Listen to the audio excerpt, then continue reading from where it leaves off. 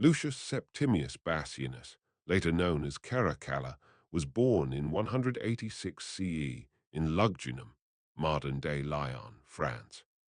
As the son of Emperor Septimius Severus, he was raised in an environment of military discipline and imperial ambition. His father, a successful general, became emperor in 197 CE after emerging victorious from the civil wars that followed the death of Commodus. In an effort to align his son with Rome's respected Aurelius Antoninus. However, he became widely known by the nickname Caracalla, derived from the long, hooded Gallic cloak he frequently wore. During his early years, Caracalla received an education from the best scholars of the time. Initially, he was seen as a thoughtful and reserved young man, showing little sign of the ruthless ruler he would later become. However, signs of a more impulsive and ambitious nature started to emerge. At the age of 14, he was married to Fulvia Plo, the daughter of a high-ranking officer. The union was not a happy one, and as Caracalla grew older, tensions between him and his wife increased. Eventually, he exiled her and her family, and later they were executed under his orders. When Septimius Severus passed away in 211 CE, he left the empire to be jointly ruled by Caracalla and his younger brother, Geta. The arrangement, however, was unstable from the beginning. The two brothers had contrasting personal animosity toward each other.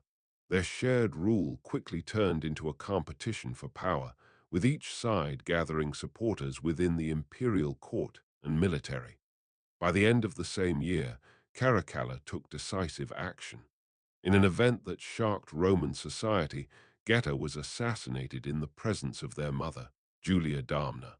Although official accounts varied, historical sources suggest that Geta was fatally wounded while seeking refuge in her arms. After his, Caracalla sought to erase all traces of his existence. He declared damnatio memoriae, a decree that removed Geta's name from inscriptions, official records, and statues, effectively erasing him from history. Additionally, many of Geta's supporters were arrested and executed. This marked the true beginning of Caracalla's sole rule, setting the stage for the controversial and often brutal reign that followed. With Geta gone, Caracalla became the sole ruler of the Roman Empire. How to undisputed power was accompanied by widespread repression.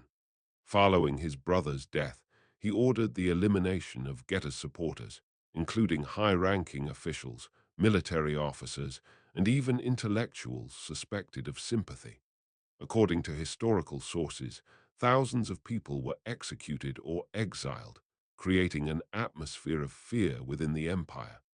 In addition to internal purges, Caracalla's reign was characterized by military expansion and aggressive campaigns. Style heavily relied on the loyalty of the Roman army, which he secured through significant financial rewards. He increased soldiers' wages considerably, ensuring their allegiance, but also placing a heavy strain on the empire's finances. One of the most infamous events of his reign occurred in Alexandria, Egypt, in 215 C. During a visit to the city, Caracalla faced public criticism and satire regarding his rule and the circumstances surrounding Geta's. Leading citizens and a large gathering of people under the pretext of addressing their concerns. Once they assembled, his soldiers launched a sudden and violent attack, leading to a large-scale loss of life. Ancient sources suggest that thousands of Alexandrians perished in this event, solidifying Caracalla's reputation as an unforgiving ruler. Beyond Alexandria, Caracalla also led military campaigns in Germania between 212 and 213 C. on several Germanic tribes that had previously maintained alliances with Rome. His decision to break previous agreements and pursue conquest resulted in the destruction of settlements and significant casualties among the local populations. These actions, while increasing Rome's military presence in the region, further reinforced Caracalla's image as a leader who prioritized power and expansion over diplomacy. Despite his strong military backing, Caracalla's rule remained economic difficulties and growing resentment within the empire. His reliance on the army to maintain control was both a strength and a vulnerability, as his increasing demands on the treasury created tensions among the ruling elite. As his reign progressed, dissatisfaction grew, foreshadowing the challenges that would ultimately lead to his downfall. Despite the controversies surrounding his rule, Caracalla implemented significant reforms that shaped the Roman Empire. One of his most policies was the Constitutio Antoniniana, issued in 212 CE. This decree granted Roman citizenship to all free inhabitants of the empire, a move that fundamentally changed the legal and social structure of Rome. While this law appeared to promote inclusivity, many historians believe it was primarily driven by economic motives.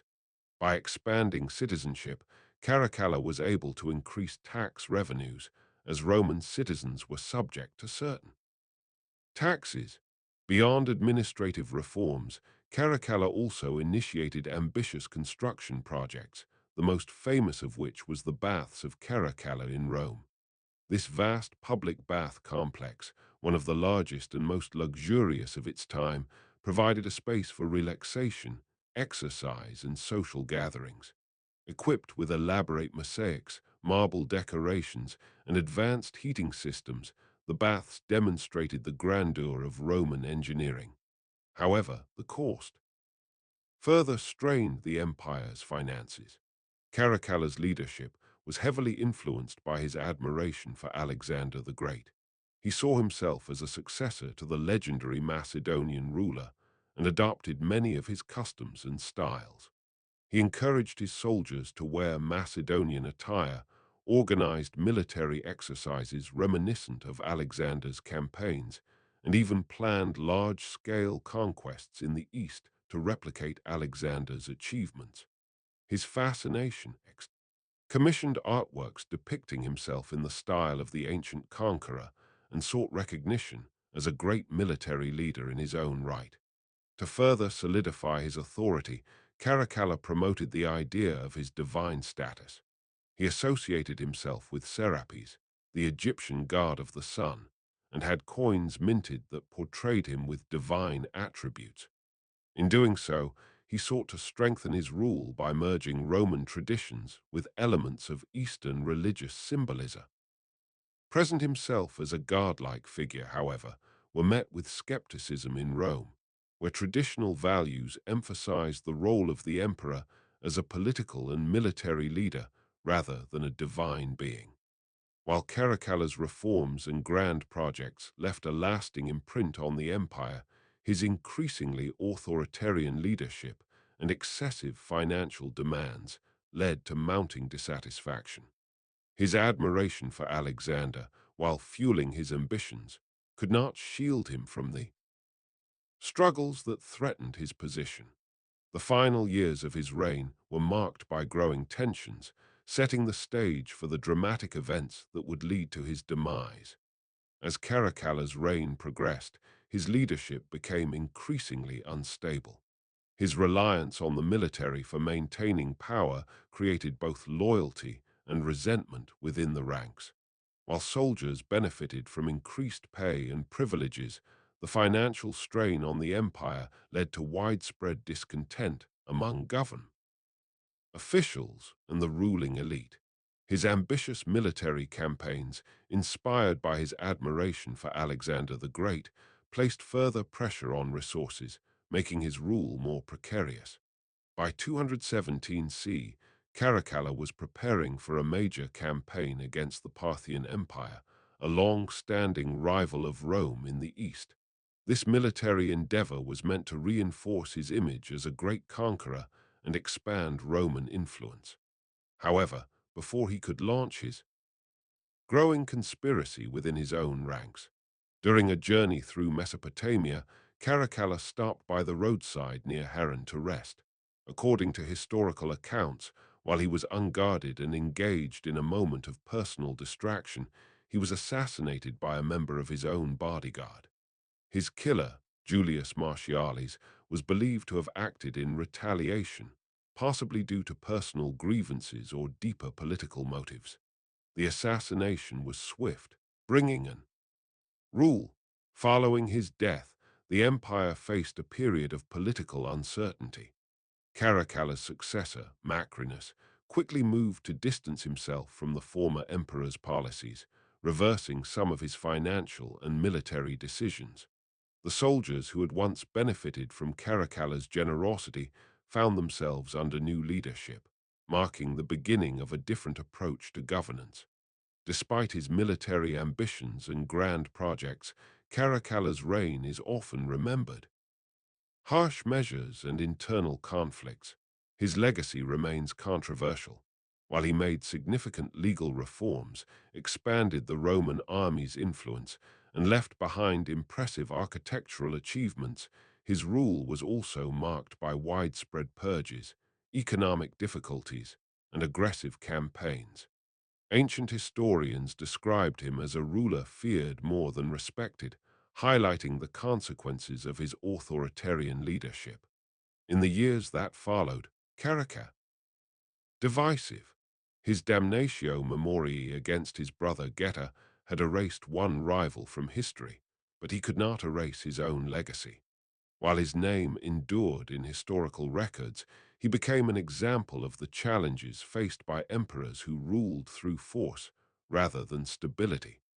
His dramatic rise and fall serve as a reminder of the delicate balance between ambition and governance in the Roman Empire.